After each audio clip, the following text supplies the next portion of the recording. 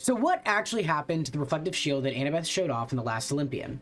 During the Battle of Manhattan, Annabeth reveals that with the help of Beckendorf and the Hephaestus cabin, that she used one of Daedalus' designs to create a reflective surveillance shield that could be used to spy on enemy forces.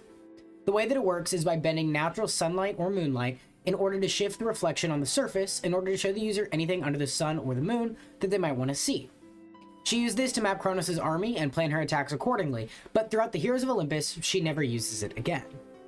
Even when Percy is missing and she's turning the world upside down to find him, we never actually see her use the shield to locate him, and she doesn't bring it aboard the Argo 2, despite the fact that it would have come in handy. Luckily for us, however, there is a canonical explanation for why Annabeth doesn't use the shield anymore, so that's what we want to dive into today. You guys seem to be enjoying the quote game, so we'll do that again today. For anyone who hasn't played, all you do is go down into the comments and leave your favorite quote from a Percy Jackson book. Then go to someone else's quote and guess where it came from and who said it. But while you do that, let's talk about Daedalus' reflective shield. We did find out in the Staff of Hermes short story, which can be found in the Demigod Diaries, that Annabeth did hold on to the shield after the Battle of Manhattan, and that much like Riptide, it has the ability to shrink for easy transportation. The Staff of Hermes begins with Percy and Annabeth celebrating their 1-month anniversary, and Annabeth is using the shield as a plate for their picnic. Their date is interrupted, however, when Hermes shows up, acting flustered and needing Percy's help. Though he's not too keen on Annabeth's involvement due to her rocky history with Luke and Hermes' personal feelings towards her. What Percy figures out, however, is that Hermes has lost his caduceus, which doubles as his cell phone, signing pad, and iPod. So without it, he's unable to finish making his deliveries, and if the gods ever find out, then he'd be the laughingstock of Olympus for the next several hundred years. So Percy makes a deal with Hermes to get something in exchange for helping him find his staff, and fortunately for Percy, Hermes knows the culprit. He says that a giant named Caucus is responsible, and so Annabeth uses the shield to find Caucus in the meatpacking district. What they find is that Caucus has raided every vendor and store in the nearby area, and has assembled an underground collection of trinkets and knockoffs from Italian suits to Rolexes to construction equipment that was left behind when he drove a team of construction workers out of his lair. His plan is to use Hermes' staff to create the largest market in the world in order to make himself rich.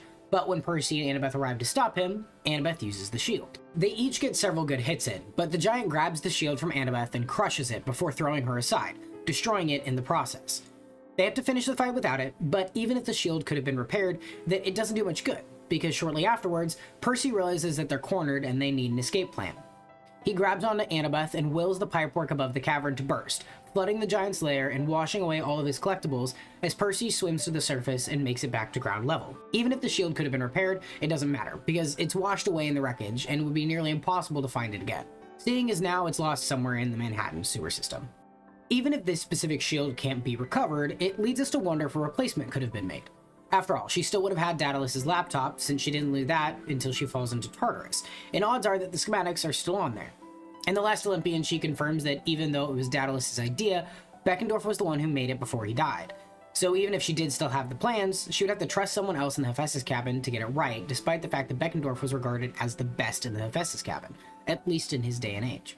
It's also important to remember that after Beckendorf died, all of the Hephaestus cabin inventions started going haywire. So even if somebody wanted to recreate Daedalus' shield at this time, we find it highly unlikely that they would have actually succeeded.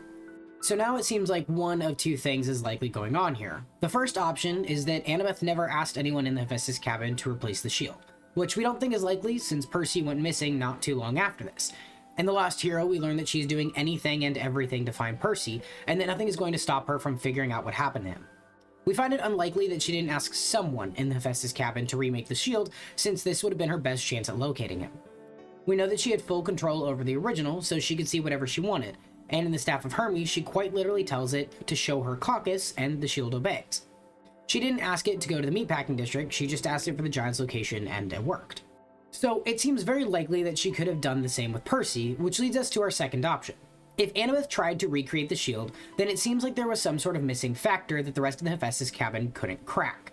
We know that Beckendorf was the only one who was able to successfully create the shield, so we're left to wonder if he solved a problem that the rest of the Hephaestus cabin didn't know about. In The Last Olympian, she said it was one of Daedalus' ideas, meaning that it never existed in a tangible form until Beckendorf made it a reality, which means that Beckendorf probably needed to go through a lot of trial and error before he finally got it working in the form that we see. He wasn't replicating something that had already existed, he was taking an idea and making it a reality. And despite how brilliant Daedalus was, we know that very few ideas ever worked out perfectly in their first try. There is always a period of fixing bugs and discovering new problems that weren't anticipated before, and because of this, we believe that the plans that Daedalus had were incomplete. Daedalus's plans were for the first version, and the first version probably didn't work perfectly despite the fact that the merit was there, and it just needed some upgrades that could only be discovered by actually forging the shield. This is all to say that we believe the secret of the shield died with Beckendorf, because he took a good, albeit incomplete idea, and made it into a reality by adding pieces that Daedalus had not anticipated. It's the age-old architect versus engineer. Architect gives something to an engineer, and the engineer goes, "Yeah, this won't work. We gotta workshop this." Beckendorf is the engineer. Daedalus is the architect. It's our belief that something happened while creating the shield that was solely added by the creative input of Beckendorf himself, and for some reason, no one in the Hephaestus cabin knew what this factor was. And there is evidence to suggest that this type of design is incredibly difficult to get working. In the series, we only see one other artifact that can behave similarly to the shield, and that's the dagger Catoptris, which once belonged to Helen of Troy and is now under the care of Piper. This dagger, much like the shield, is one of a kind, implying that the reflective surveillance technology is incredibly difficult to get working, since several thousand years have only produced 2 of these examples. If this theory is true, then it speaks to just how brilliant Beckendorf was that he was able to crack an age-old problem that had not been solved since the days of the Trojan War. If Annabeth had the opportunity to recreate this shield, we're confident that she would have done so. But the fact of the matter is that the only person capable of making the shield work in the first place died defending Olympus from the invasion of the Titans. And it seems like this type of technology was likely lost with Beckendorf. Right now, we can still hold out hope that someone in the Hephaestus cabin might be able to put the pieces back together someday. And as it stands, we believe our best chance of ever seeing another shield like this is probably Leo. There is a case to be made that Leo is a better machinist than Beckendorf ever was, with the repairs of Festus and the construction of the Argo II probably being Leo's crowning achievements. If anyone can do it, it would be him, and the fact that his best friend is currently safeguarding Catoptris means that he can study the dagger much more easily than most people would be able to, so maybe there's some hope that we might see it again someday. Here's a random thing about Catoptris. It was just sitting in the Camp Half-Blood Armory, and nobody thought, hey, we should use this and see what's going on. I might be forgetting something about, like, oh, Piper was the first person in millennia to get the dagger to work. But that's still wild that it was just sitting in the armory and nobody went, we can use this. But that's the story of what happened to the video shield and why we haven't seen it since the Staff of Hermes. But let us know what you think. Do you think the reason why Annabeth never had the shield remade was because Beckendorf was the only person who knew the secret to making it work? Or was there another reason that we missed? As always, we love this series, we love talking about this series, and we'd love to have you join in on the conversation down below. Take care, friends, and we'll see you in the next one.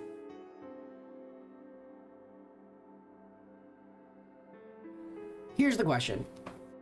In the Battle of Manhattan, it is the first time the shield has been made. Until then, it was just an idea of Daedalus's. So there wouldn't have been any sort of